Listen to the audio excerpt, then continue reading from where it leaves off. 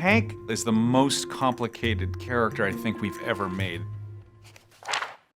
Hank just about broke our system. We have a pretty amazing system, but Hank stretched it to its absolute limit. Just on a level of complexity that we all kind of knew you couldn't do. The first feeling you have when you see a sequence with Hank, you're like, oh man, those drawings are awesome. Then you go through the shock and horror phase of like, how am I gonna animate that in the computer? We see the art and we get super jazzed about it, and we're halfway in the camp of, oh wow, I can't wait to work on this. It's gonna be so cool and it's gonna be so beautiful. And then there's another half that's just like, I don't know how to do this and I hope I don't get fired.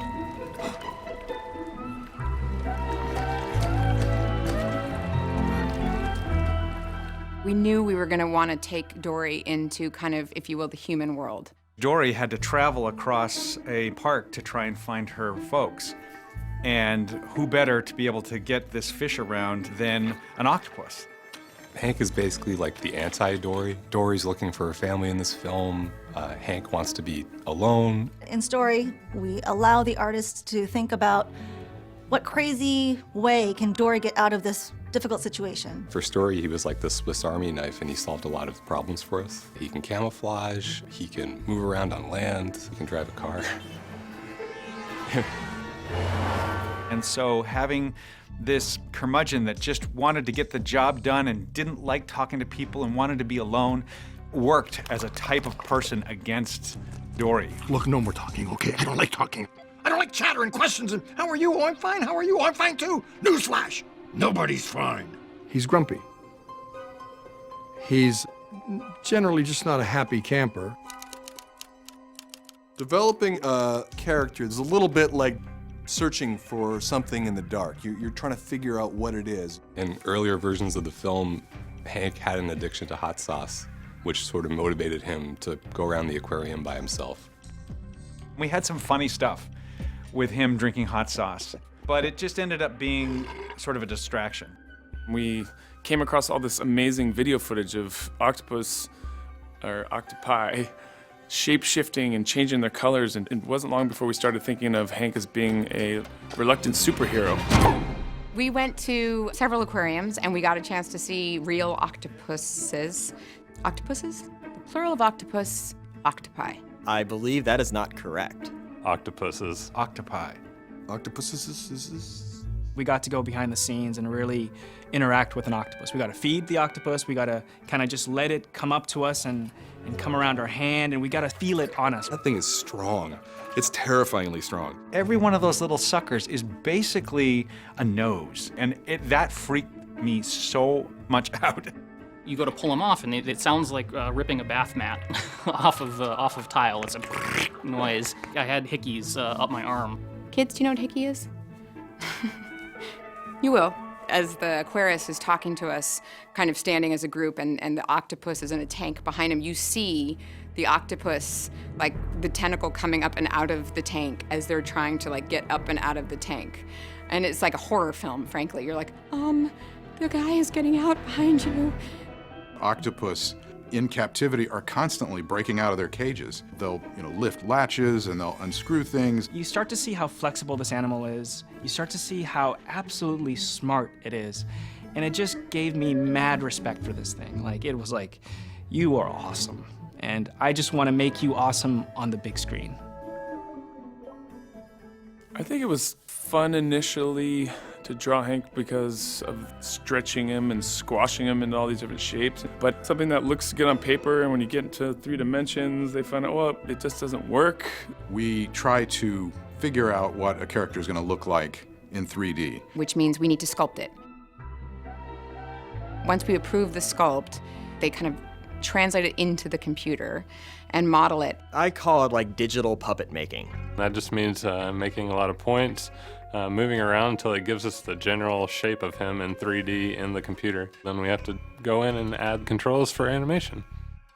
The challenge with Hank is that he doesn't have any bones, and so he doesn't have traditional joints like the way you might have an elbow or a shoulder. It has joints within it, but it's sort of like it can move around. So instead of being made of bones, it is a flexible, almost like a wire. An average main character takes around 6 to 9 months to create, but for Hank, since he was so complicated, it took around 2 to 2.5 years to get him ready to go into production. The thing that's appealing about an octopus is that the octopus can assume all of these shapes with this fluidity. And there's something really poetic about how a tentacle kind of can reach out and it can kind of roll and wrap around things. Some of the reference they gave us was Ka, the snake from Jungle Book.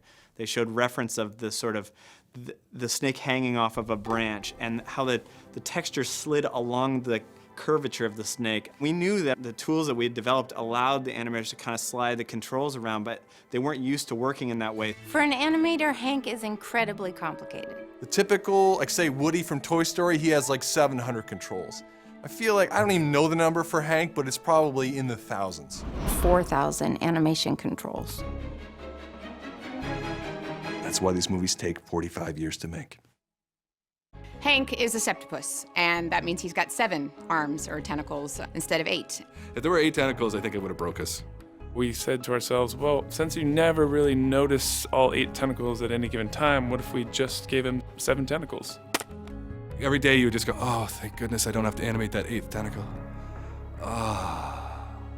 Just posing one tentacle is so labor intensive.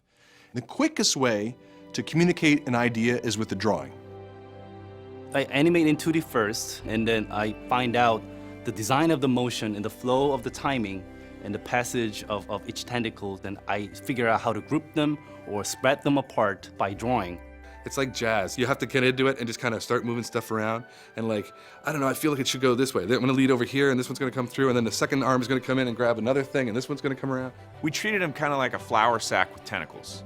The flour sack test is a classic way to test animators on their ability to make something inanimate emote and move. Hank is basically that. He's just a little rectangle that you can kind of move around, but he has all these extremities, right? He's got all these crazy tentacles. You can turn off each individual leg and just work on your body positioning first. We had a team of people, and we called ourselves Team Hank, and we met once a week outside of our regular meetings just to kind of get together.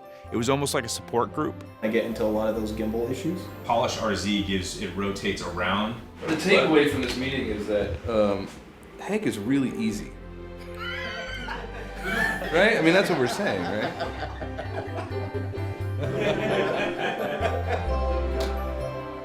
Once we figured out how Hank's skin would look, the next challenge was figuring out how he would transition into all of these states of camouflage that he had throughout the film.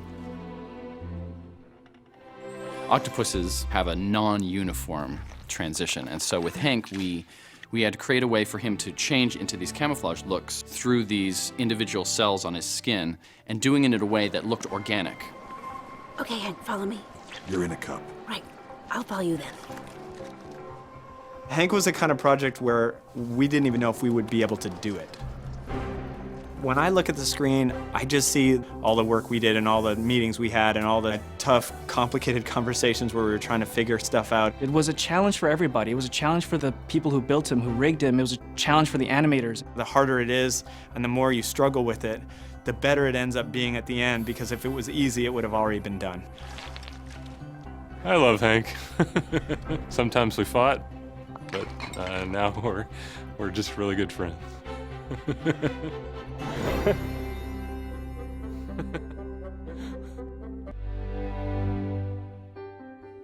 Did I forget again? No, sweetie, it's okay. No biggie, Cupcake. The challenge of Dori as a main character is she has short-term memory loss. It's a really formidable story challenge. How do you have a main character who can't remember what their drive is? I would find myself quite often just going, who's the idiot that came up with this character that wanted it to have short-term memory loss, because I hate him. 1, 2. The role of Baby Dori started off kind of a one-line part. My daughter plays that part, and the way my 4-year-old daughter said it was, "Hi, I'm Dori, and I suffer from short-term memory loss." I suffer from short-term memory loss. Yes! That's exactly what you say. And it was such a genuine read that it just stuck. We really leaned into the tragic side of short-term memory loss. Hi, I'm Dori. Can you please help me? Honey, you just said that. I did. In Finding Nemo, I needed a guide that would bring Marlin across the ocean, and I called her Dori. Dori's short-term memory loss came from the fact that I read somewhere that a goldfish has a memory of 5 seconds. And I thought that was hilarious. No, it's true. I forget things almost instantly. It runs in my family. Well, I mean, at least I think it does. It always helped us, having this character with short-term memory loss. But we were taking a character that was designed to be a sidekick Can I help you? and transitioning her to be a main character. I know where my parents are. They're in, what's it called? The place, Soap and Lotion? Open Ocean. We had to rediscover who Dori was as a character. Hey, guys, I'm looking for my family. Oh, good idea. Play dead. She has a naivete to her, but it's more of a light and fun and breezy personality. I was looking for something and okay, totally get it. Date night. Have fun. Woo-hoo! Woo! Hey, tunnels! I love tunnels. Tunnels! In earlier versions of the film, we were already tired of her forgetting things and having the kind of loop jokes. That's fine as a side character, but as a main character, it can be very frustrating. Tunnels! We had versions where her parents also suffered from short-term memory loss. Neither of us can remember a thing, just blink, blink, blank. Nobody felt good about parents that forgot they had lost their child. Who are you? Huh? A joke. I'm kidding. Just No. a joke. A joke. Caution. Joker at work. You don't remember what we were talking about? Not a clue. What were we talking about? When she's losing track of what her emotional journey is, we're trying to figure out, wait, what is this movie about? So how can you remember you have a family if you have short-term memory loss? Good question. Good question. She would restart halfway through the scene and be like, wait, what? And what we realized is that she has to be able to remember what she's going for at all times. Remember at the end of the first movie, she bumps into Nemo, doesn't recognize him right away, and she just gets the flood of the entire movie and like... P. Sherman 42 Wallaby Way, Sydney. If she loves somebody, she remembers she loves them. You know, I think I'm gonna remember you. You'll forget me in a heartbeat, kid. She has emotional memory. She doesn't forget how she feels about something. Oh, it was something about, Did you live in Moore Bay, California? my family! We gave her this flood of memories, so when she remembers her parents, nothing's gonna stop her from trying to find them. The tools that Dori has developed as a character are a direct result of her short-term memory loss. What would Dori do? We never wanted her memory loss to be seen as something that could be cured. My home! That's my home! By doing that, we would be taking away the very thing that defined her and made her so lovable. But it's much deeper than just finding her family. It's about Dori finding herself. Hello. I'm Dori!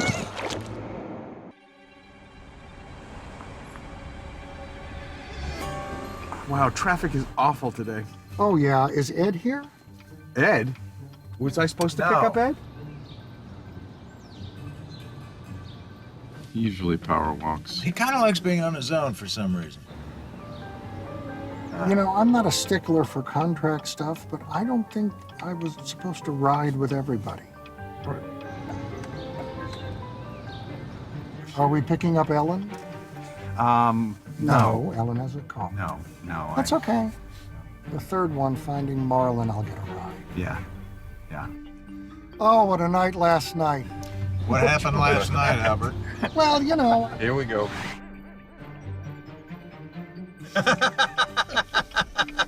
I meant the electrical thing. Okay. Okay, I got everybody's coffee. Okay. All right. Somebody got the WW Alto Alto. There you go. That's you. I had mine sprinkled with the hope of a child. No, this is not me. I just had hot water. I have the antihistamine. Okay, there we go. Thank you. There's Eugene. Does it say your name on it? It doesn't Yeah. matter. Yeah, it does. okay. Yeah, Yes, it does. There you go. So did everybody do what I asked them to do and like learn some good fish facts for today? You know, the clownfish changes sexes, and I think it's such a good story point, but you don't seem to want to go. You bring that up every time. That's a real thing. Yeah, That's a real but thing. that doesn't mean we should put it in the movie. Okay, well, that's you. I think that's it.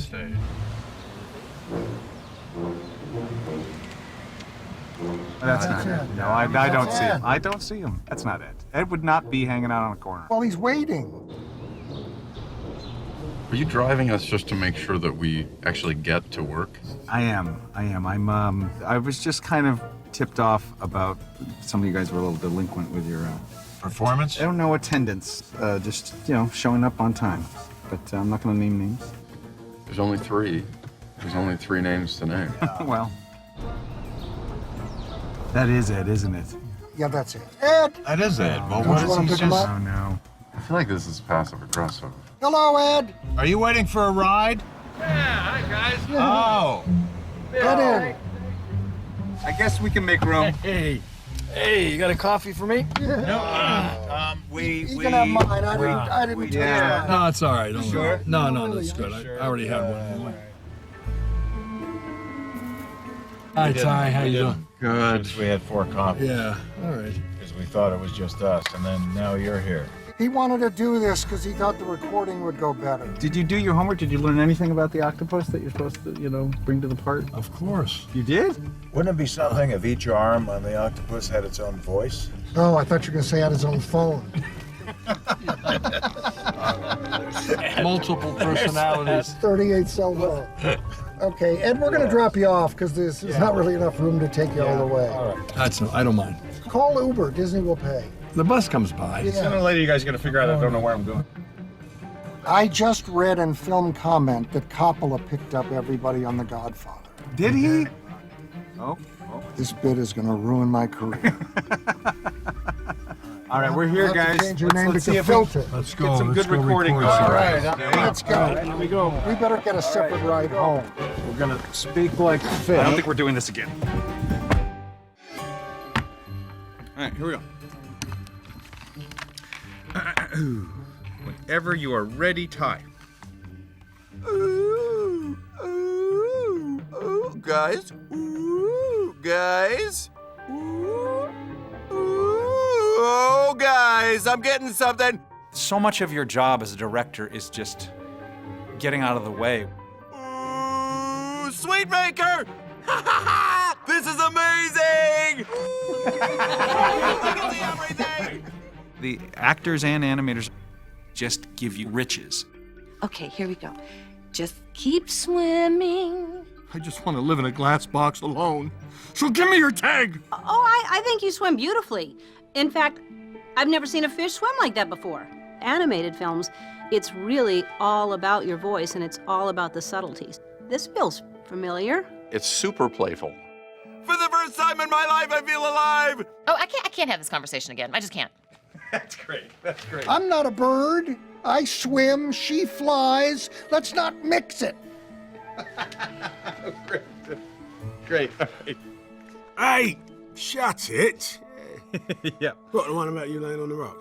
What I try to do is find as many excuses to get a sense of spontaneity and sloppiness. You see if you can spit out real fast, Destiny. You said no walls in the ocean. It's an inlet. It doesn't count. And then you guys do a little scream and stop. There are no walls in the ocean.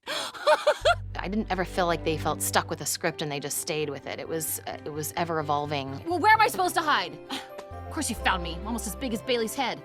It's a lot of laughing. That's the way. That's the way. And that laughter is infectious. It's just kind of, you know you're on the right track. Yes! Yes, that's awesome.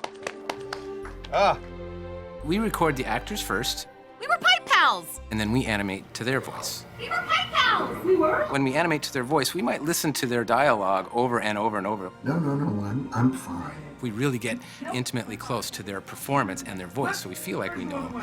But we've never really actually met them.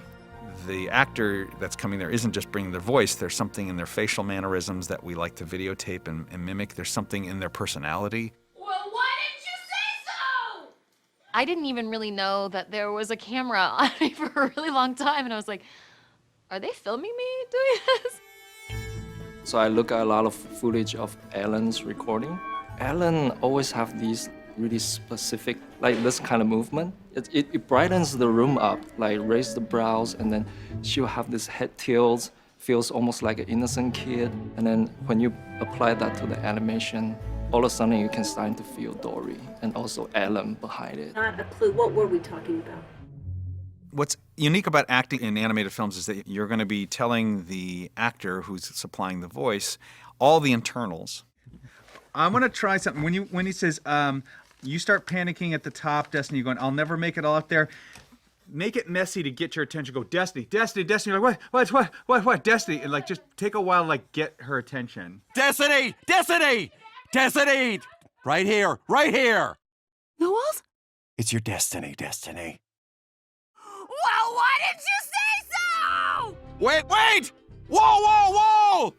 When you meet the animator much later and you've chosen the takes that you're doing with the voice of the actor, the animator is going to do all the physicality of it. Just make it like the worst jump ever. If she has a little wobble left and right, you just feel like the whole thing was a little precarious.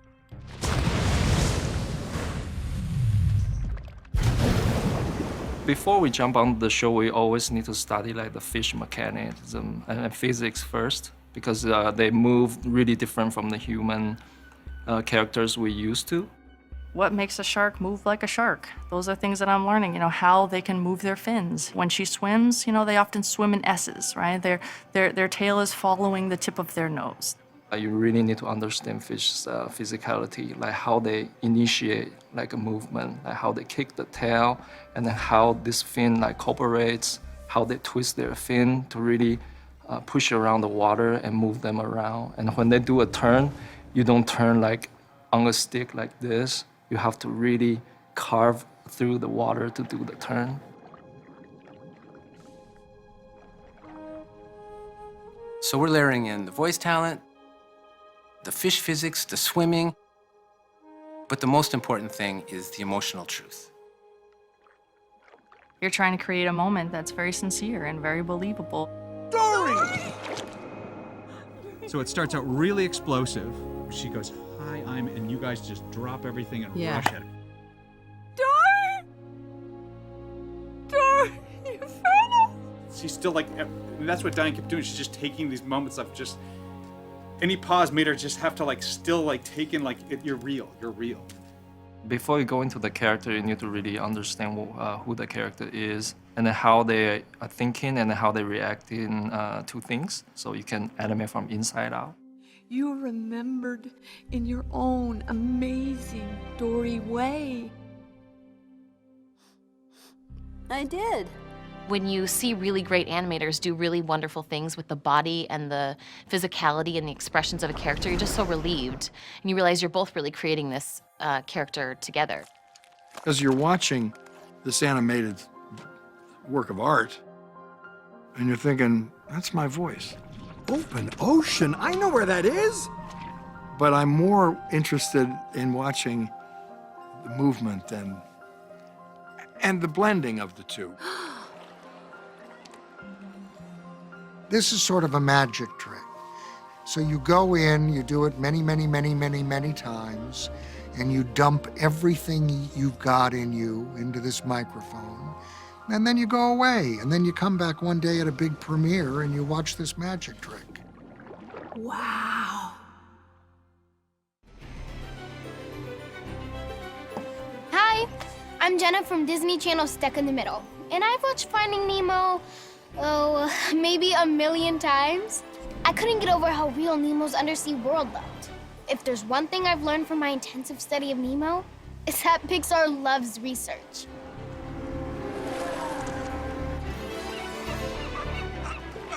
They always say the best way to create believable worlds and characters is to start with the real thing, and Finding Dory was no different. The Finding Dory crew did everything they could to make the film feel as real as possible. So they spent a lot of time here, at the Monterey Bay Aquarium. Most of Finding Dory takes place in a totally different environment than Finding Nemo.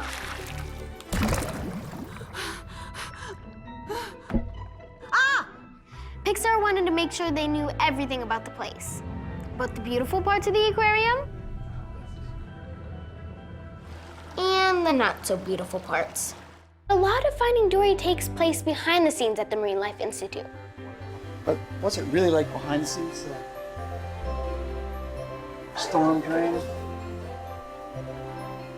That's awesome, look at that. So the Pixar crew went behind the scenes of the Monterey Bay Aquarium to make those pipes, pumps, and tanks in the film feel just as real.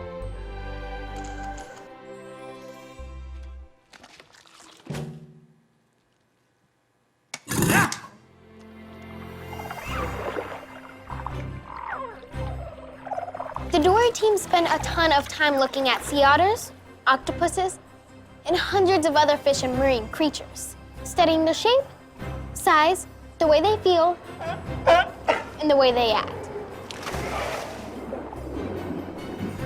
Take Hank the cranky octopus, for example. Whoa. Tiny details like his squishiness and camouflage are based off of real-life octopuses the crew met and touched here at the aquarium.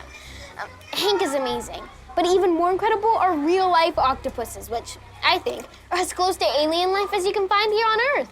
Did you know that each octopus arm has a brain of its own? It's true. In this film, Dori spends a lot of time swimming in kelp forests, and the crew wanted to know what that environment would look like from Dori's tiny underwater perspective. This is a very different place than the coral reef.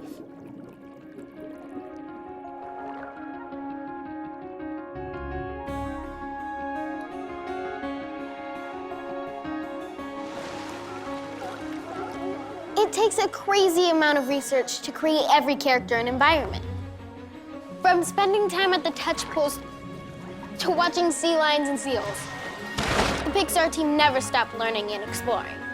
All to make Finding Dory feel more real and to take us deeper into her underwater world.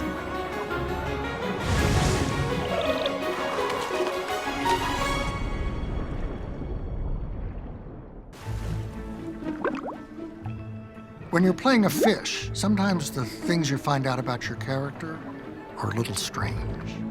I play Marlin, and Marlin is a clownfish. Here's something interesting.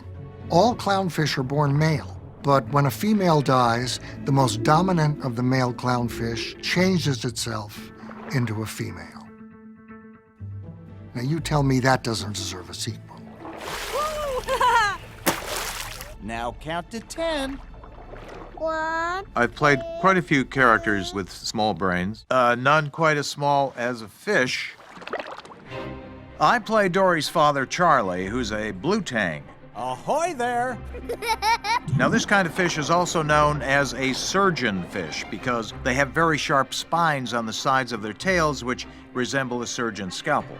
And when blue tangs kind of swish their tail around, it can be downright dangerous. So steer clear of the blue tang clan if you know what's good for you. Hi, I'm Caitlin. I'm the voice of Destiny, a whale shark. Yep, you are from the open ocean exhibit. Not a whale, not a shark, a whale shark. Whale sharks have about 3,000 teeth, but they don't use them to eat. All of their nourishment comes from filtering plankton through their gills. I guess their teeth are just ornamental? Dory, swim! Swim the other way. Where? Talking whale is just making words as long and ridiculous sounding as possible. That's how whales talk, right? I got her! I play Bailey, who is a beluga whale. Hey there! Beluga whales have the ability to echolocate, which is essentially a sonar, which is pretty incredible. Belugas are also known as the canaries of the sea because they produce many different sounds. These sounds help them to navigate dark waters and communicate. Oh, that's interesting. There you are! Hi, I'm Ed O'Neill, and I play Hank. Hank is an octopus. Well, technically he's a septopus, but we're just arguing semantics. There are too many amazing things about the octopus to list them all. They have 3 hearts. They can release ink like a squid. They can camouflage and change body shape according to their surroundings. They can jet forward by expelling water through their mantles. And each of their arms has its own brain. Hard to believe this thing lives on the same planet that we do. Basically, the octopus is the coolest animal that ever lived. Power to the octopuses! Or octopi?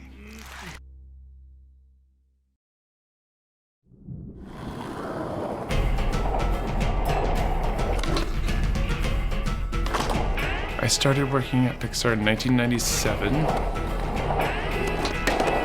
I had met some friends through skateboarding that actually worked on the first Toy Story. I was hired on a day-to-day basis, originally to move furniture, if you can believe it. Whenever I had a break, I would draw faces on coffee cups. I think someone saw those and gave me the chance to show my portfolio.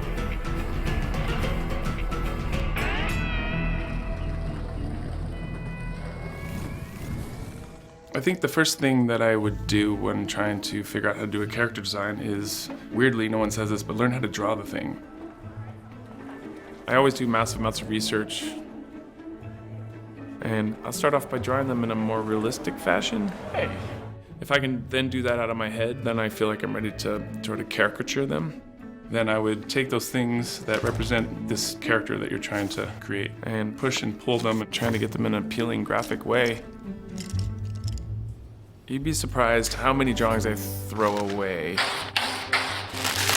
Whether it be skateboarding or drawing, failure is part of the process to get better at both of them.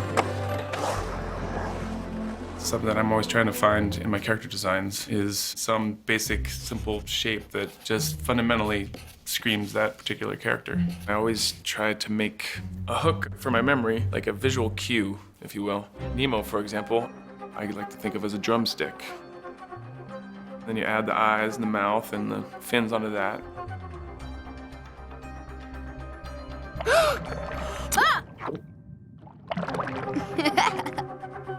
Dori's a flying ping pong paddle.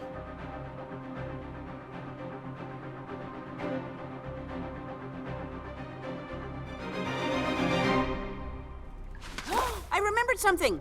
Jenny and Charlie are Dori's parents. You'll never forget us. Jenny is like a helicopter.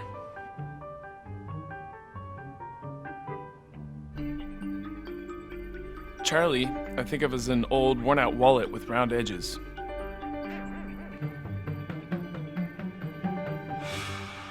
Their traits are what created Dori's look. Dori got Jenny's eyes, but got her distinctive nose from Charlie. Hello, I'm Bailey.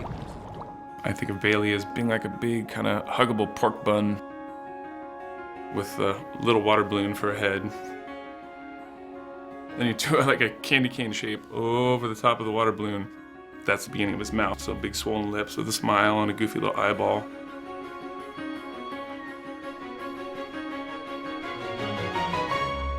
See how swollen it is? Your head is supposed to be big. You're a beluga. Destiny, I think of as a big flying oven mitt.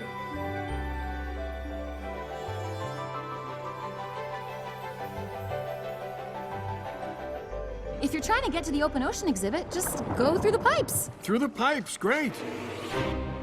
Hank, I think of an orange safety cone. And then a Rasta bag for his head. I put 2 baseballs on top of that, but with frowning eyelids, because he's always in a bad mood. And then meaty ribbon shapes for his tentacles. Huh, that's a fun fact.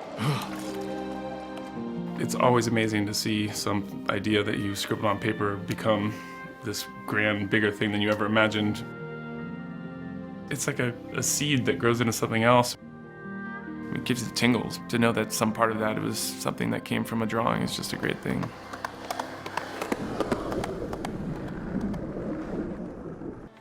Okay, so we'll take this from bar 1.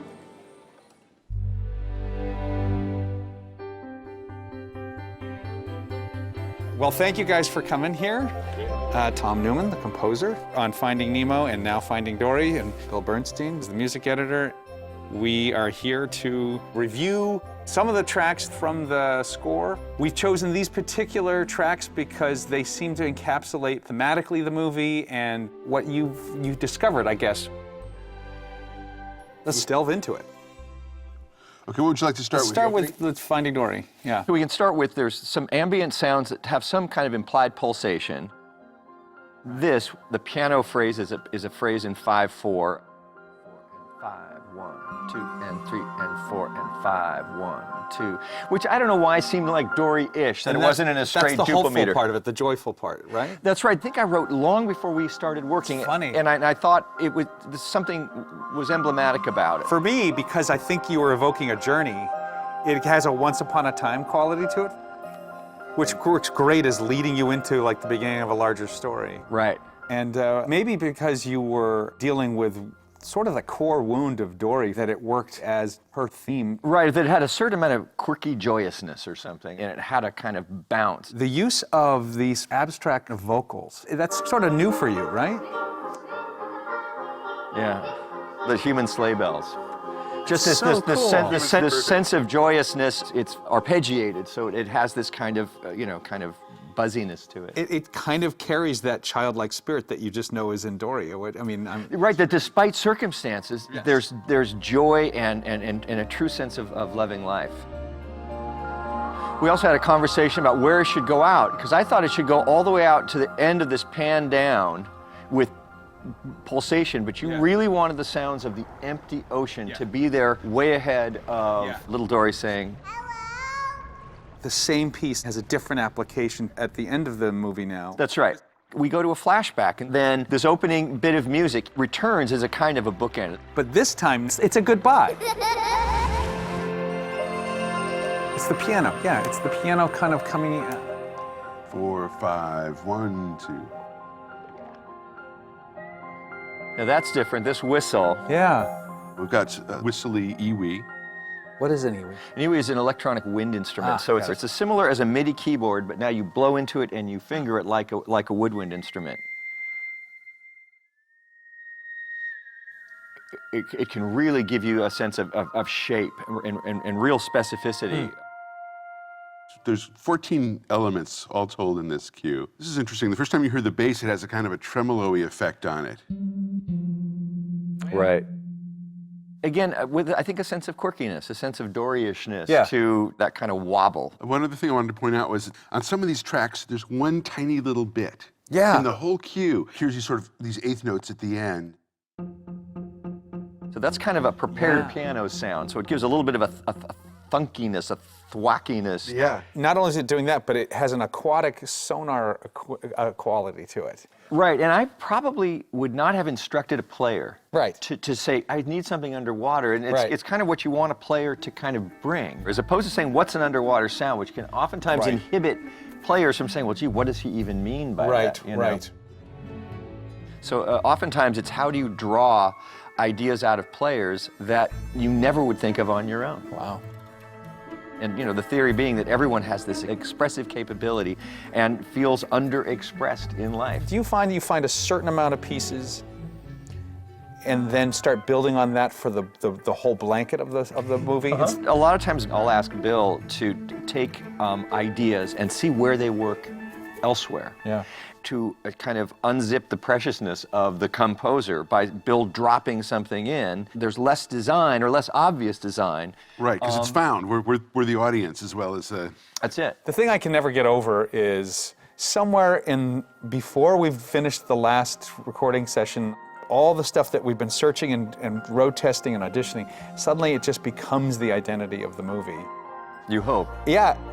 And it has yet to not happen for me working with you, is that before the movie's wrapped, before it's even fully mixed, it feels like this inevitable element that was always there, yet it wasn't.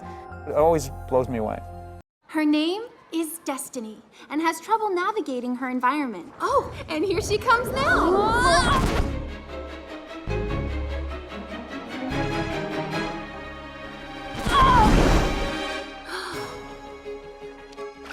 Mind you don't scuff your bum. Come on, out of the truck. Those aren't your fish. Shoot. Cuddle party!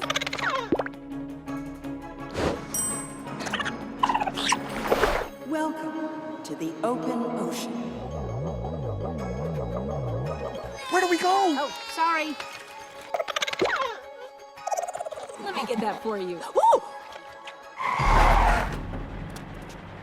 What the?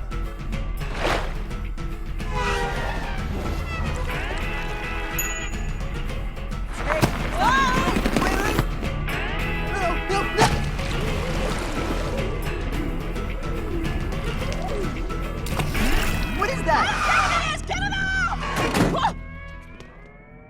That's interesting.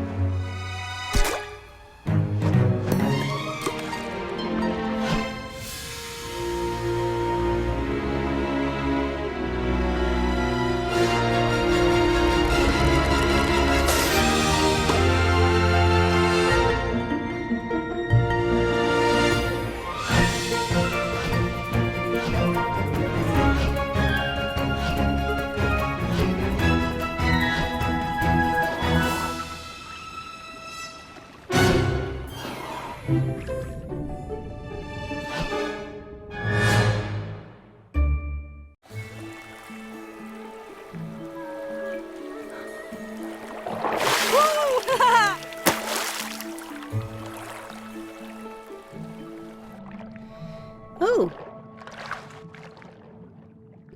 Uh-huh.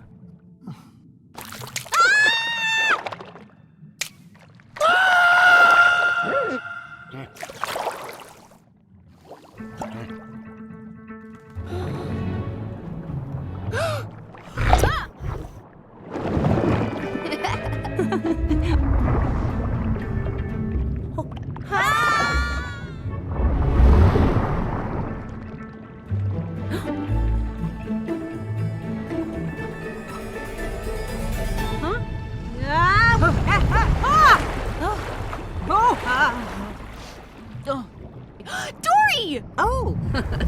Hey, wait up!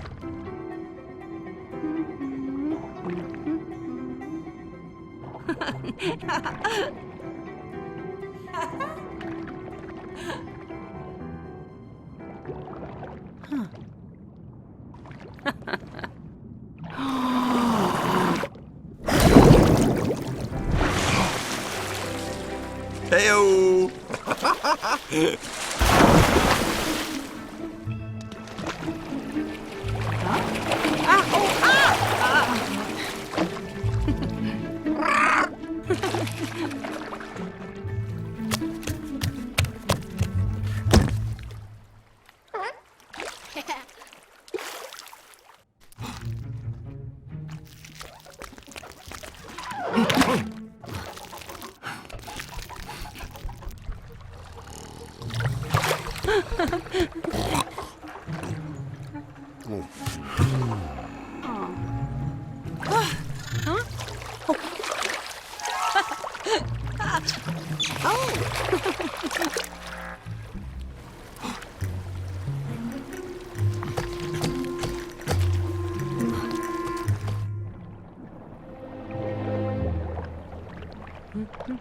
Oh, excuse me.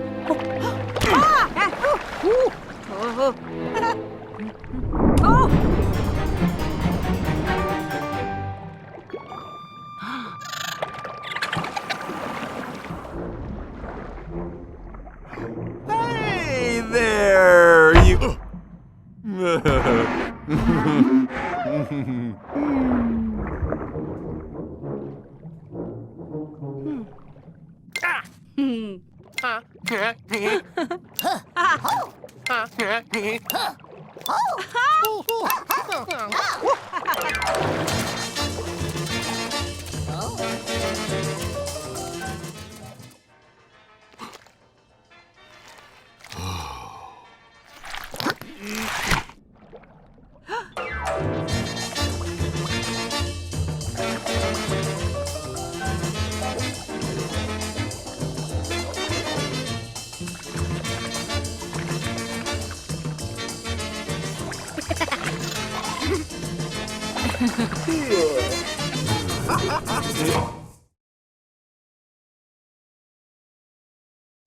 Deleted scenes, for me, on my films are very tough to watch because they're usually full of really great ideas, clever moments, and that's a sign that I had a great writer, a great story crew, great editor, great editorial staff, who all gave 200%. And that's part of the problem, is that because they're so entertaining, because you're laughing, you're crying, you're involved, you can't see the problems. You can't see the forests for the trees. But what you tend to find out is that if you have the bravery to cut them out of the film, even for a while, it will do one of two things. It will either reveal the problem that has been there all along because it's not there anymore, it's not blocking it anymore, or the movie will eventually tell you that it doesn't want that scene back in the film and that it doesn't need to be there.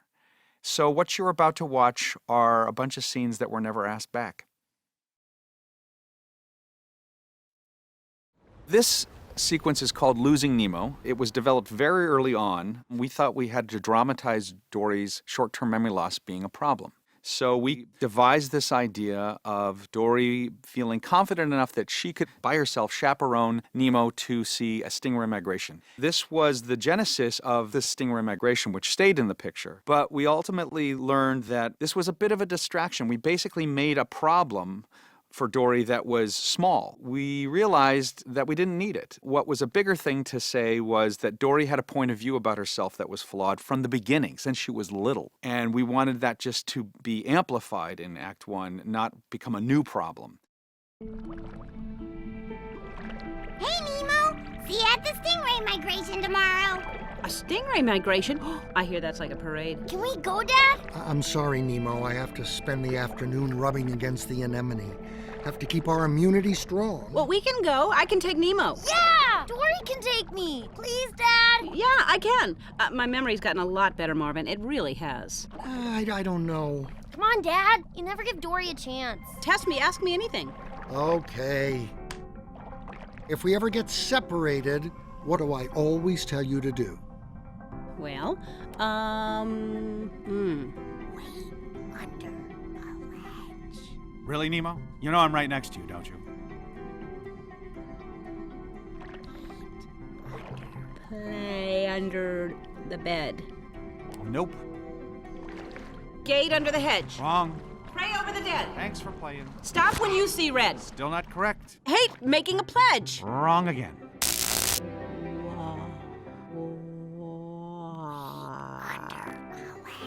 Wait, there goes a sled!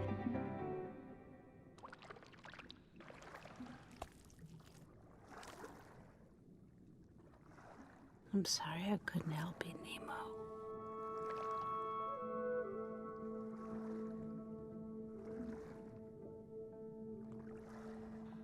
All right, Dory. You can take Nemo to the stingray migration. A stingray migration? I love parades. Thanks, Dad. Now before you get too excited, remember you have to be hyper aware of your surroundings. Will do. Not the kind of aware you are when you're with me. I need you to take it to a different level. Do you know what I mean? No. Got it. And if you get separated, remember to... I know. Cry, worry, and dread. No, it's... Wait under a ledge. Dad, it's gonna be okay. Fine. And have fun. We will. Night, Dory. Night, Nemo. Night, moron.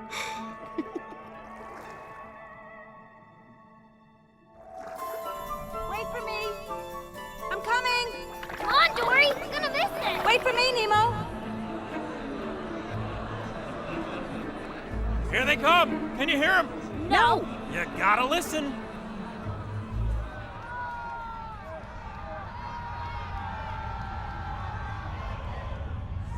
To and fro, our hearts nowhere to go. We keep our drum and send us back to where we're from.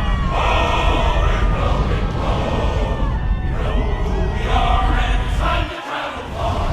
Raising nights alone to make our way back home. Swimming to and fro. No, Mr. Ray! Beating like a drum and sends us back to where we're from. Oh, we're going home. Mommy? Daddy? No, wait. No. Wait, no, wait! Dory? No, wait. No, wait.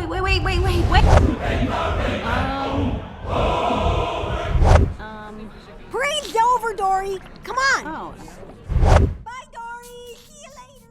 Bye. Where's Nemo? I don't know. Where?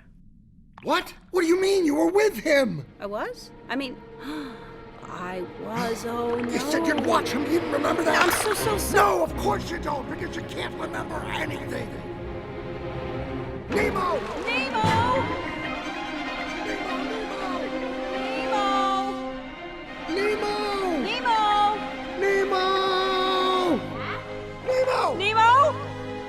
Nemo! Dad? Nemo! Oh, thank God you're all right. Fine. Nemo? Oh, what happened? Why are you out here alone? Is he okay? What happened to him?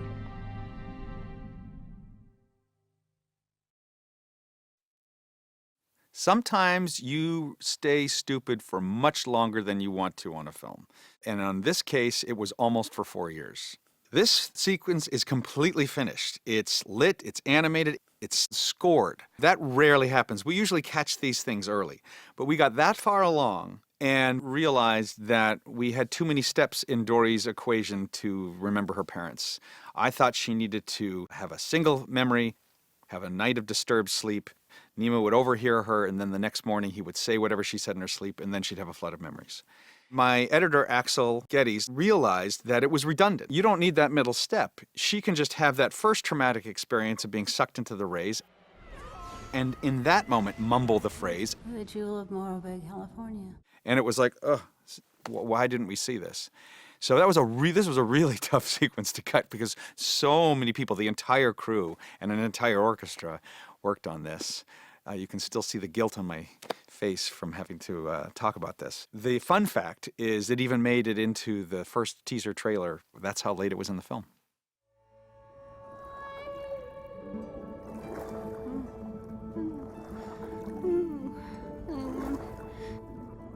Don't cry, Mommy.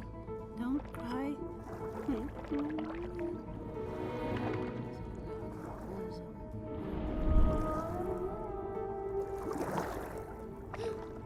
Dory. Dory?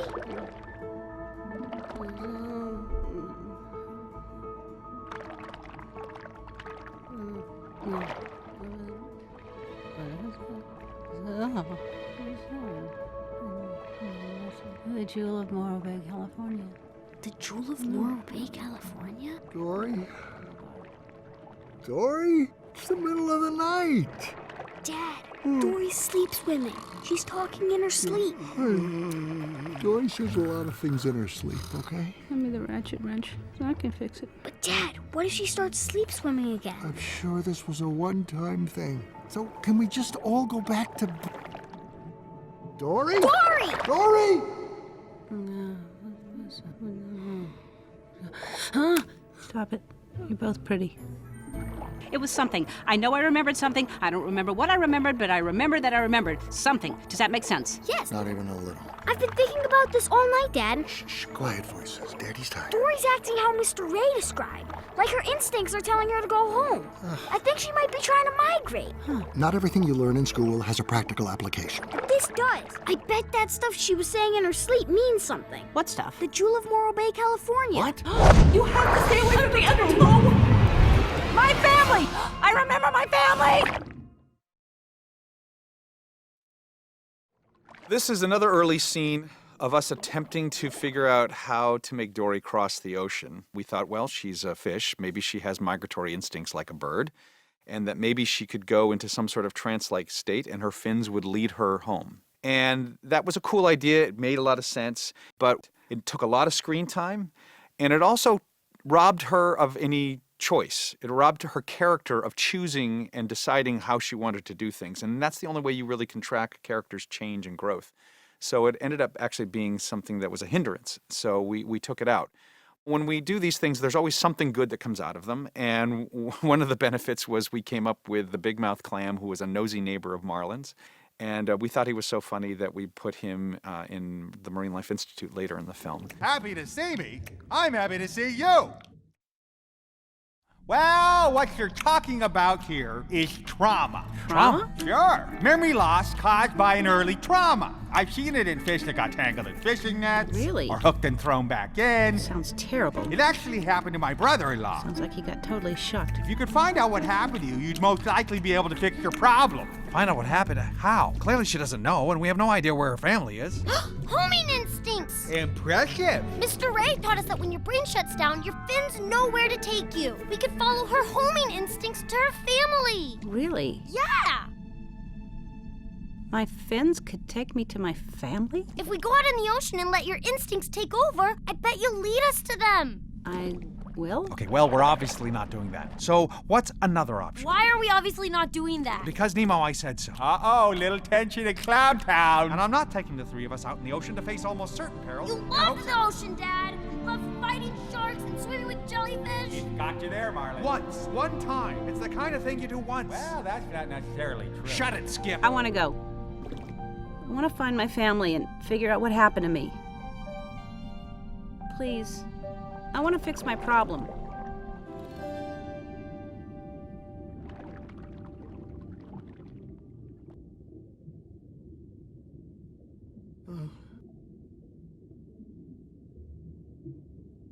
Okay, Dori. Remember, follow your fins.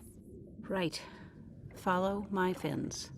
That's the most important thing. Listen to your instincts. But also, if you think your instincts are wrong, don't be afraid to speak up. Will do. Instincts are funny things. Something that feels like an instinct might just be a twitch, or some bad algae that you ate. Dad! Okay, I'm sorry. Dori, just follow your fins.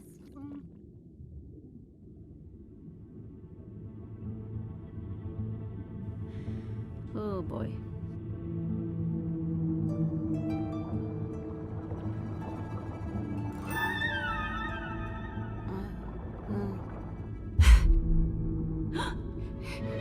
Where are you guys? I lost you! I lost you! It's okay, it's okay. We're right here, we're right here. Oh, that was fun.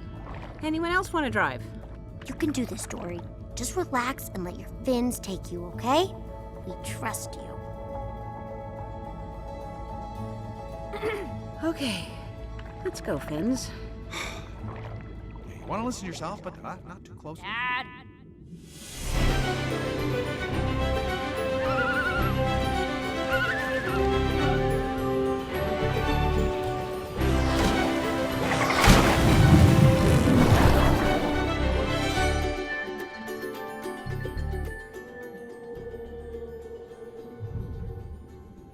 Just trust your fins, Dori. Come on, start, fins. Let's go. Let's find my family. 1, 2, 3, migrate.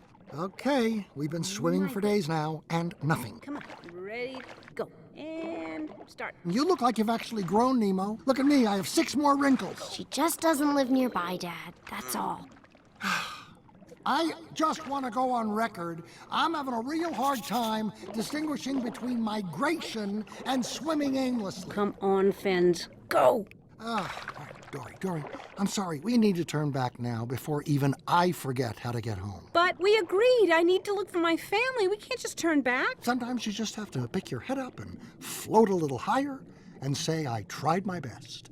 Now, I'm going to try it Marlin's way. Let's go home. No, no, we can't give up now. I promise you, I am migrating. Somehow my fins will lead me home. Dad, look! We found it! I've migrated! Dori, you're home! We found my home! I just know it! Wait!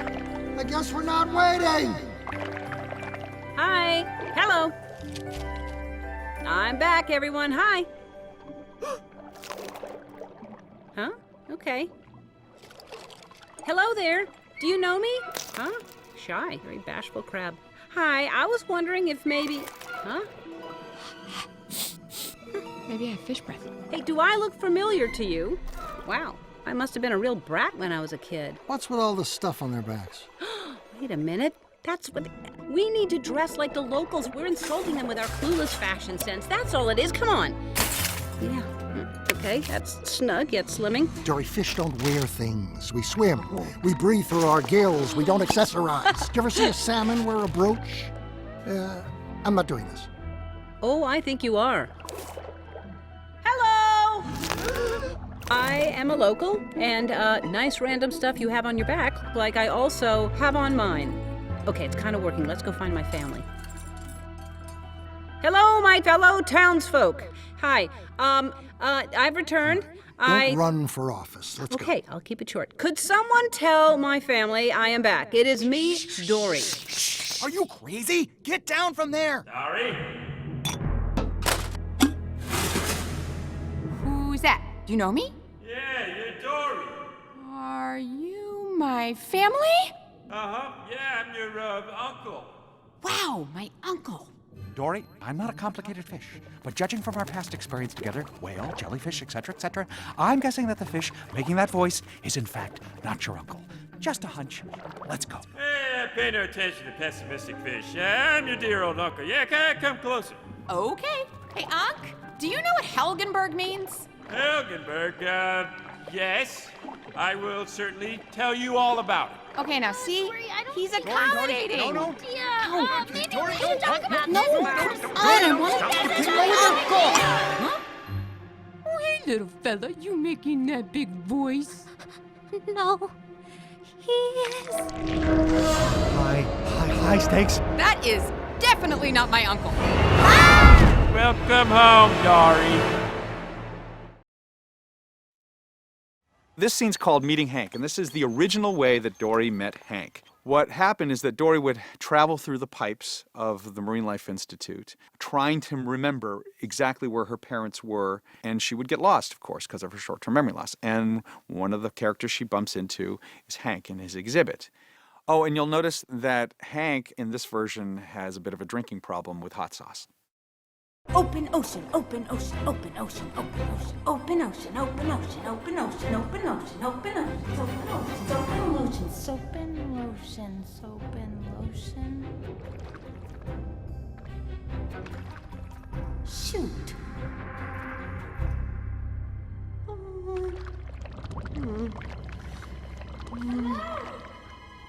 Hello?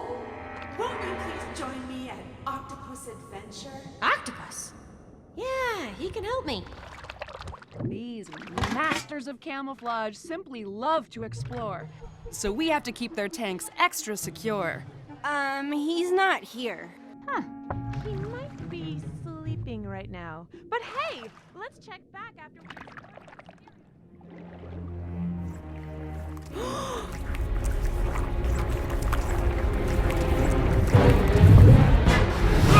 Octopus! Oh, thank goodness. What? You can help me. I'm looking for my parents. They're somewhere. Wait, you're not frightened? Of what? Is there something I should be scared of? Me! Everyone's afraid of me. You're supposed to find me horribly disgusting, then scream and swim away. Now, why would I do that? Word is you are a master of camouflage. You got past me. And don't tell me you're not Mr. Multitasker with these arms, which are so soft. You moisturize, don't you? Yeah, get out of my tank! I'm Dory, by the way, and I'm looking for 2 blue fish. Softy? Okay, where are you, Softy? Don't call me that. Well, I can't call you anything else if I don't know your name, Softy. Hank, my name's Hank. Now go away. Okay, Soft Hank. Well, see, I'm looking for my parents, but I suffer from short-term memory loss, so I don't remember where they are exactly. Wait, you suffer from short-term memory loss? Yeah, it's a real problem. And your parents, they look like you? Uh-huh. Those aren't my parents! What? They're round, blue. There's 2 of them. What more do you want? Don't be so needy. No! Softy! Oh, thank goodness, somebody I know. You're never leaving my tank, are you? Where are we going? To find your family. You are such a good friend. We're good. The pig's already been through here. There's a pig in the pipes? On Tuesdays there is. How can there be a pig in the pipes? You don't want to know. Is it here? No. Here? No. How about here? No. No.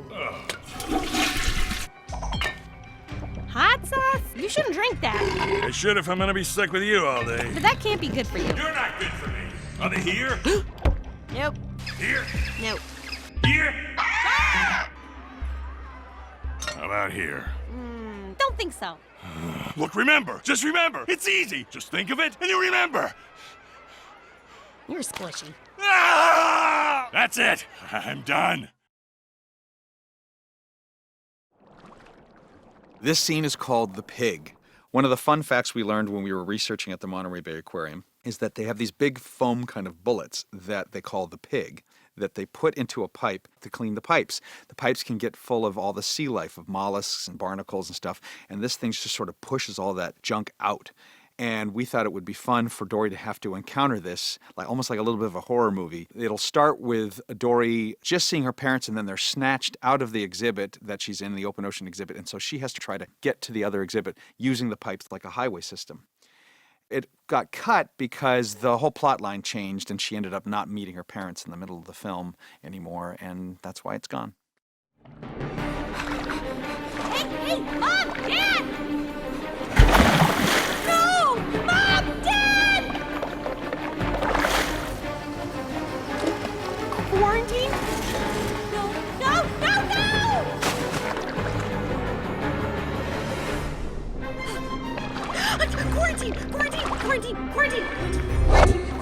Quarantine! Quarantine! Clementine!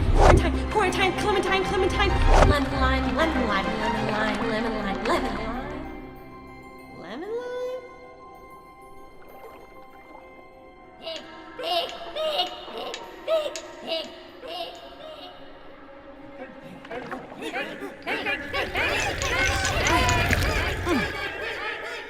Pig?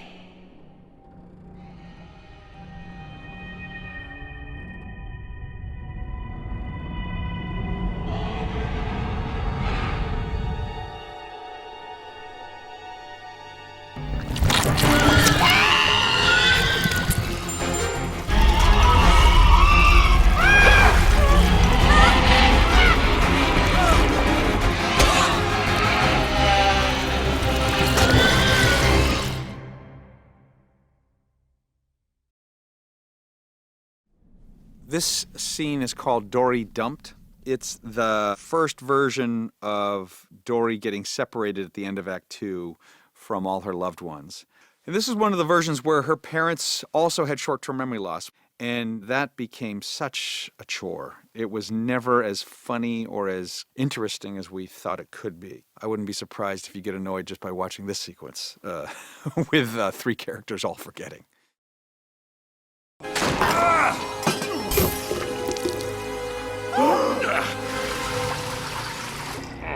What?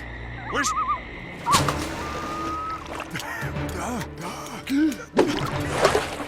Dory! Where's Dory? Dory? That name sounds familiar, doesn't it, Charlie? Quite pretty, actually. You're her parents. Dory's gone. No! I don't see her anywhere. If you're looking for the bluefish, she's not down there. She's not? What? Where is she? Well, she's... Where is she? Oh, they're her parents, all right.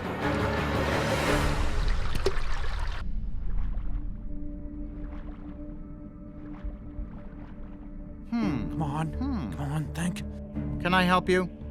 We don't have time for this! Think, man! Think! Hey, listen, clown. All I know is that kelp cake went down that drain, and then suddenly you and this crazy bird showed up. Kelp cake? Dad, that's Dory! Kelp cake? Hey, why did I say kelp cake? Then she's out in the ocean. She could be anywhere by now. Dad! Homing instincts! Where's that gonna take us? Wherever Dory went!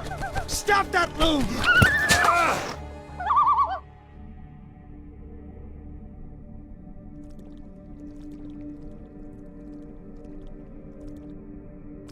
Hey, watch where you're going. Excuse me, are you okay? Are you lost? I'm so confused. What? This all looks a bit familiar. It does. Wait a minute. What exactly are we doing again? Now that they're back in the ocean, their fins will know how to get them home. And hopefully Dory's fins are taking her to the same place. Honey, listen to me. I think we're home. Yes, we're back home. Remember, just follow your fins.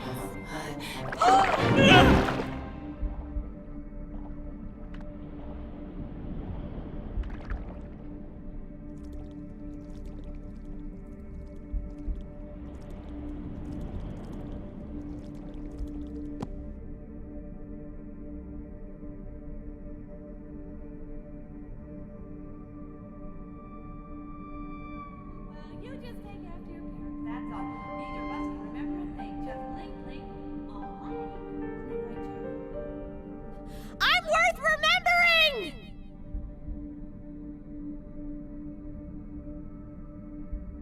I'm worth remembering.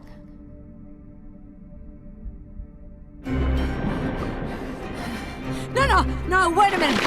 Hey, we have been here This way. before. We go this way. Swimming, Just keep swimming, swimming. swimming. Just keep Just keep swimming. swimming. Just keep swimming. Just keep swimming.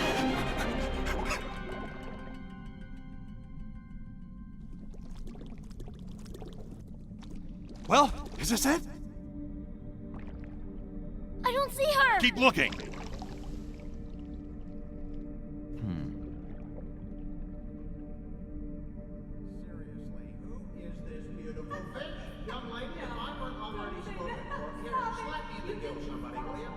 No. Slap me Dory? in the gills because I think I'm dreaming. Am I? Dory? Dory? Dory? She's gone. Who is? We lost her. Who did we lose? Oh, Charlie, we have to find her. Quick, don't lose them! Dory! Dory!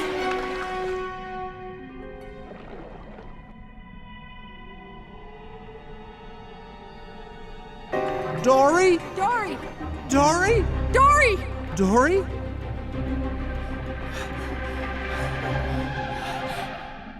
Oh, no!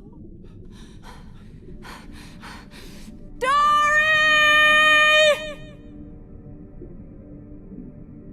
Dory!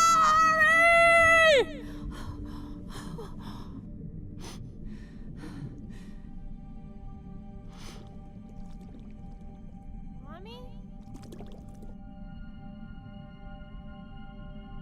Dory! Dory! Mommy! Daddy! Mommy! Daddy! Kelp cake. Oh, honey. Sorry, I'm so... I didn't remember you, Dory. It's okay, Mom. But I remember you now. And I remember you. No, I remember you!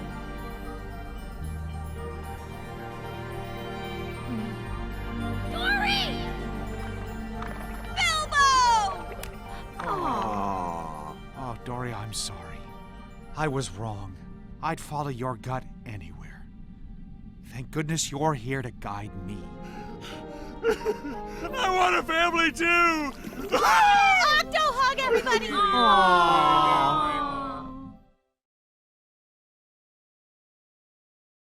I've been involved one way or another with all 17 of our Pixar movies that we've made so far. And One of the things I've definitely learned from that is that we will be changing the beginning of our films again and again and again throughout the course of making the movie. It's because the movie's still a moving target, the joke's still being told, and as the punchline evolves, you want to keep going back to the front and changing the setup. So the last thing we put into production is usually the beginning of the film. And so that's why you're going to see a series of prologues for Finding Dory that represent about 2 years. And you're going to see sort of the evolution of our prologue. So this first version, we tried just dropping you into a scene from Finding Nemo.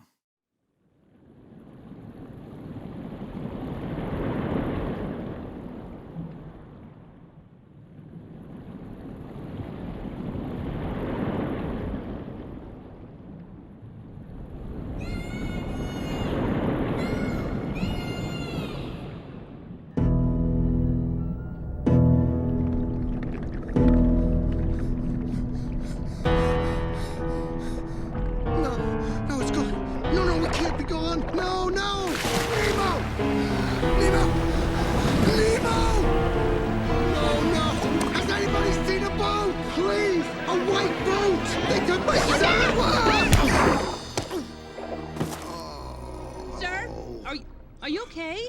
He's gone. There. No, he's gone. It's all right. He's gone. It'll be okay. No, they took him away. I have to find the boat. A boat? Hey, I've seen a boat. You have? Uh-huh. This way. Yeah, it went this way. Follow me. Thank you so much.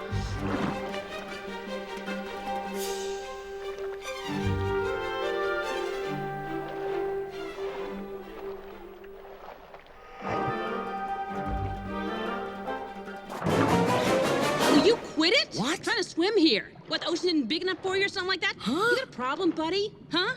What are you talking about? You're showing me which way the boat went. A boat? Hey, I've seen a boat. It went, this way. It went this way. Follow me. Wait a minute. What is going on? You already told me which way the boat was going. I did? Oh, no. I'm so sorry. See, I suffer from short-term memory loss. Short-term memory loss. I don't believe this. No, it's true. I forget things almost instantly. It runs in my family. Well, I mean, at least I think it does. Where are they?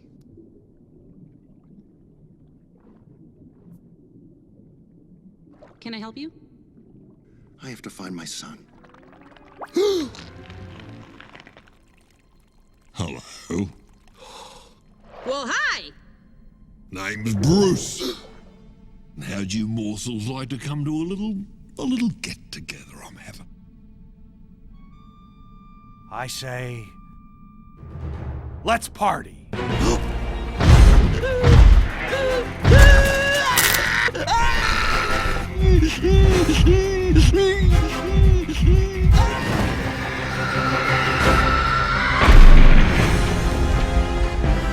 Now where's my son? Well, unfortunately, we're just about out of time for today.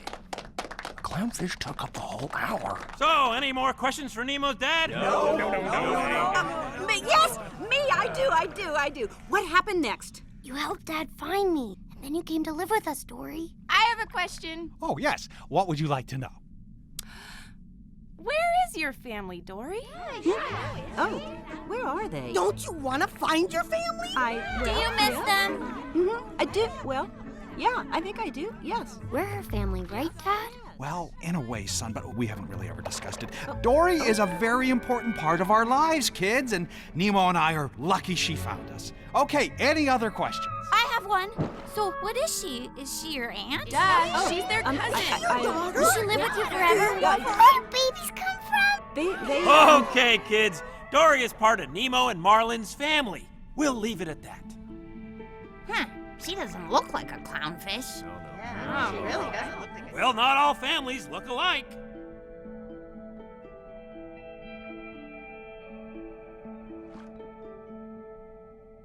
Okay, class dismissed.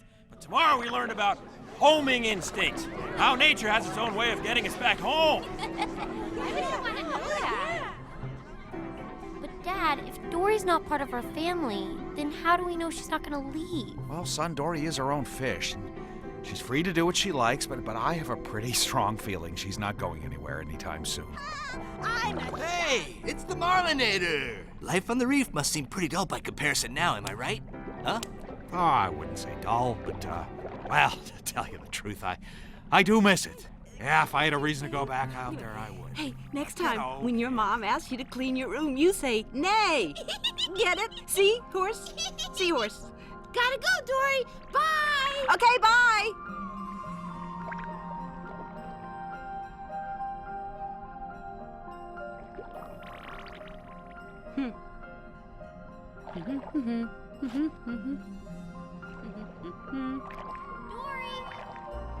Dory, over here!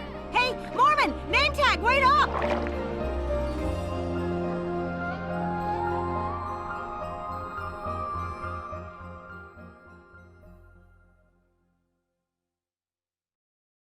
Now, this prologue is the next attempt we tried, which was being with Dori as a little fish, but being very abstract, already playing with her and just stumbling into getting lost. And all the other details we kind of kept vague, as if it's a memory that you would have yourself as a child, and that ended up being the problem of why we didn't do it.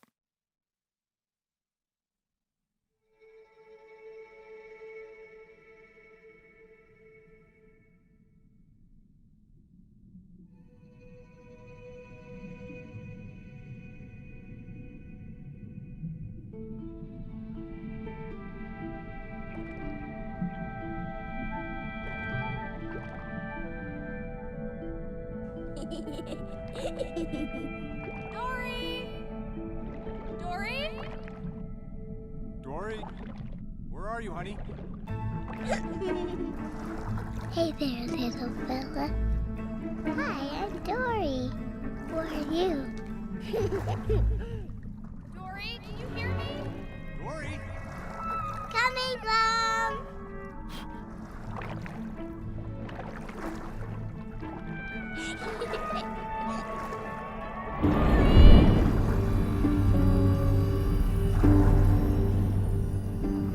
Mommy?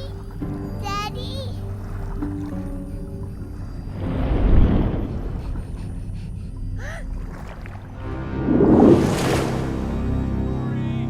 Mommy, Daddy? Dory? Where are you? Mommy? What if something happens to her? What if we can't find her? Mommy? Mommy? Mommy? Hello? Hello? Hello? Hello? Hello, I'm Dory, and okay, you're in a hurry.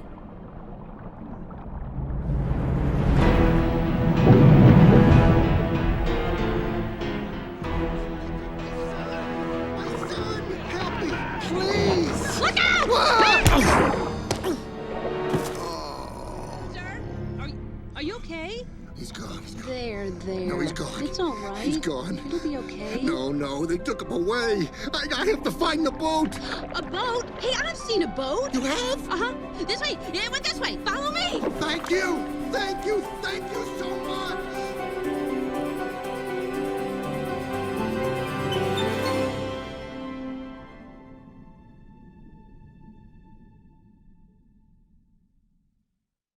Now, this third prologue was us now trying to actually meet the parents, but we had the mistake at this time that everybody should have short-term memory loss, that all blue tangs had short-term memory loss.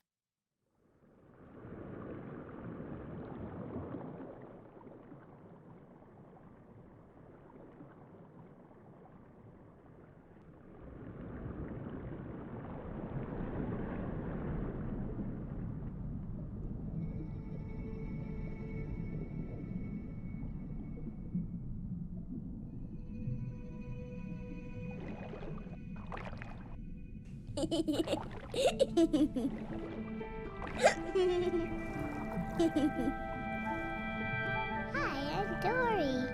Who are you? Hey there, little fella. Dory! Stay where we can see you. Hey, what you up to, Cupcake? Did you lose something, honey? I don't remember. Darn it. Well, you just take after your parents, that's all. Neither of us can remember a thing. Just blink, blink, blank. Isn't that right, Charlie? Who are you? Huh? A joke. I'm kidding. Just a joke. A honey. joke. Caution. Joker at work. Joke, I got it. Oh, forget about your short-term memory, Dory. You're going to anyway, right? But I hate forgetting. Hey there, little grumpy gills. When life gets you down, you know what you gotta do? Just keep swimming, just keep swimming, just keep swimming, swimming, swimming. What do? We swim, swim, swim. We swim, we swim and swim, swim. Oh no, here they come again. Philip, be nice. Morning, pull-up. Philip! Why, hello. Nice day for a swim. Oh, yeah, absolutely.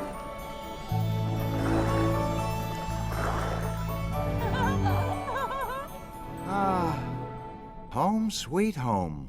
You remember when we first found this place? Oh, no, silly. But I do remember what it felt like.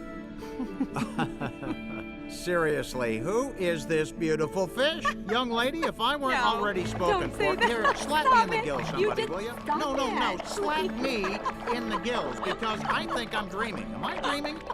Who is Stop this it, beautiful please. fish? 3, You're so 2, 1. Oh, dear.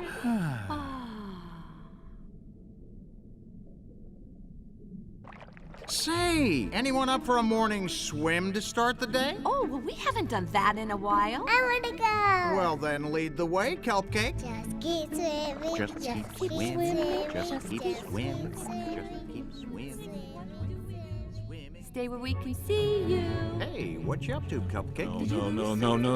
No, not again. I can't do it anymore, Gladys. I just can't. Morning, Big Gulp. Philip. Why, hello. Nice day for a swim. Absolutely. Home sweet home. You remember when we first found this place? Oh, no, silly. But I do remember what it felt like. Seriously, who is this beautiful fish? Young lady, if I weren't already spoken for, here, slap me in the gills, somebody, will you? No, slap me in the gills, because I think I'm dreaming.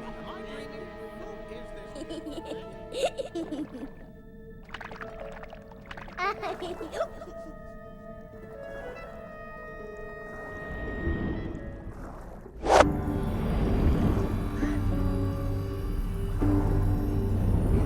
Mommy, Daddy. Mommy, Daddy.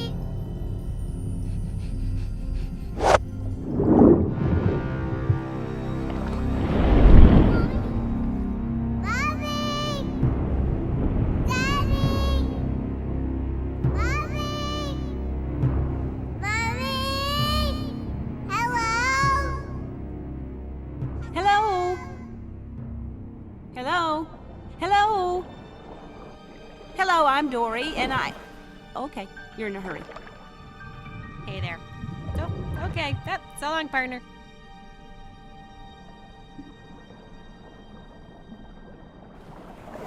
Hi, I'm Dory.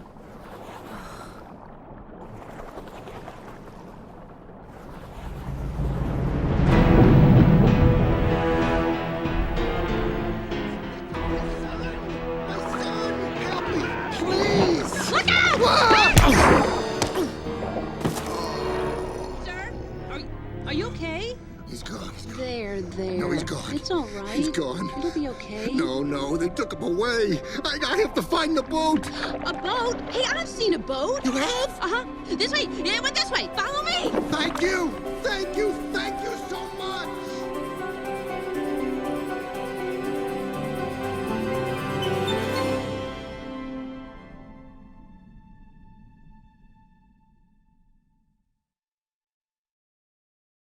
And this final version was the one that really got us into a foothold of what you finally see in the finished film. But we just started to tell you too much. We told you exactly how she got lost too early up front in the film.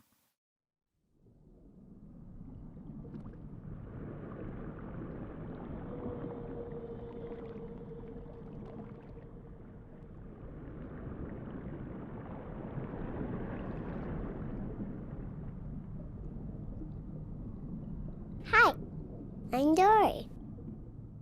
I suffer from short-term memory loss. Yes! That's exactly what you say. Okay, we'll be the other kids now. Hello! Hi, Dori. We're two nice fish who want to be friends with you. Do you want to play? Yeah. Hey, let's all play hide and seek. Okay. We'll hide, and you count and come find us. Okay, Daddy. No, not Daddy. I'm the nice fish who wants to be your friend. Okay? I'm hiding. Okay, now count to 10. 1, 2, 3, 4. I like sand. Sand is squishy. Hey, little fella. Okay, hide and seek might be a little advanced for right now. Did I forget again? No, Oh, no. honey. No, sweetie. you Better did than fine. ever. Mommy, can I go play with them? Another time, honey. Please, please. Honey, how about you? I got it. I know what to do. Why don't you play by the house? Remember, like what we told you? You just follow the shell. Hey, look, shells. Hey, I live there. Yes, indeed. Do you think she's ready to play with the other fish? I don't think I'm ready. They're gonna make fun of her. I just don't want her to end up alone. But she doesn't mind being alone. She's fine. You're so funny. Who are you talking to, Cupcake? My friend. Oh my gosh, she's making up friends now. Mm-hmm. It's time for bed. She has us. Yeah, she has us, but she won't have us forever, us. Be quiet, you're supposed to be sleeping. Mommy, can I go play with them? Dori! Sweetie! Undertow! You have to stay away from the undertow, right, Charlie? Do you understand, honey? Okay, sweetheart. What about that rhyme we learned? This is very, very important, Dori. We see the undertow and we say... Let's go. No. We see the undertow and we say... There's the undertow. There's the undertow. There's the undertow.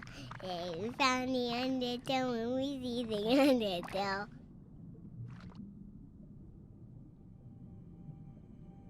I'm sorry, Daddy.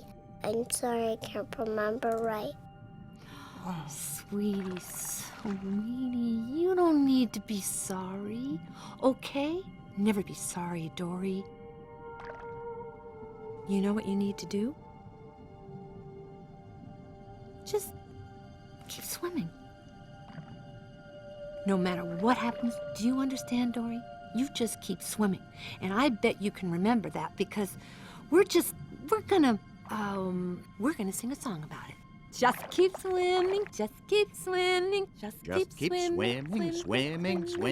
What do? We swim. We swim and swim. Oh my goodness, look at Dori! My, how she's grown! Oh, hello. I hope we're not bothering you. Oh, heavens no! Can't remember the last time I heard a good song. Darling, I sang to you just last night. Like I said. Oh, you're terrible. Oh. Well, maybe you'd like to join us? Yes, we'd love Dori to meet the neighbors. Well, now we'd be delighted to. What are the words? Chase me. Oh, hello. Hi, I'm Dori. Wait for me.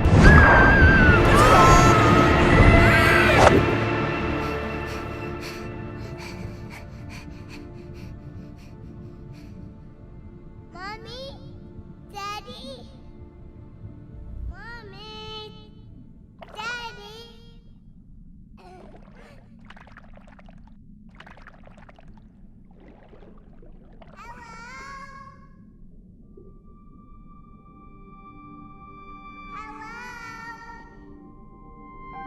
I'm Dori. I lost my family. Can you help me? Hello? I'm Dori. Please, can you help me?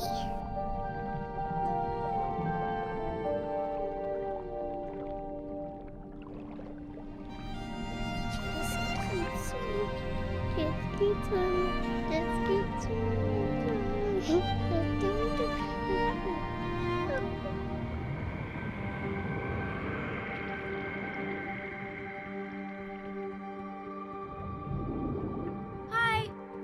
family. Can you help me? Where did you see them last? Well, I forgot. Look, we can't help you if you can't tell us who you're looking for. I can't remember.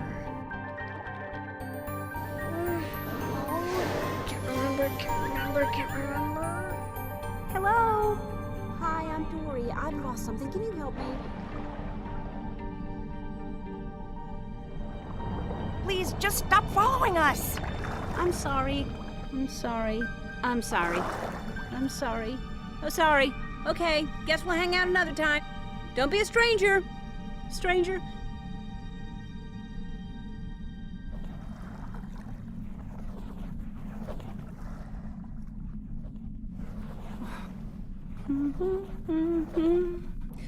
Just keep swimming. Just keep swimming. What do we do? Huh? Help me, please! Look out! Sir, are you okay? He's gone. There.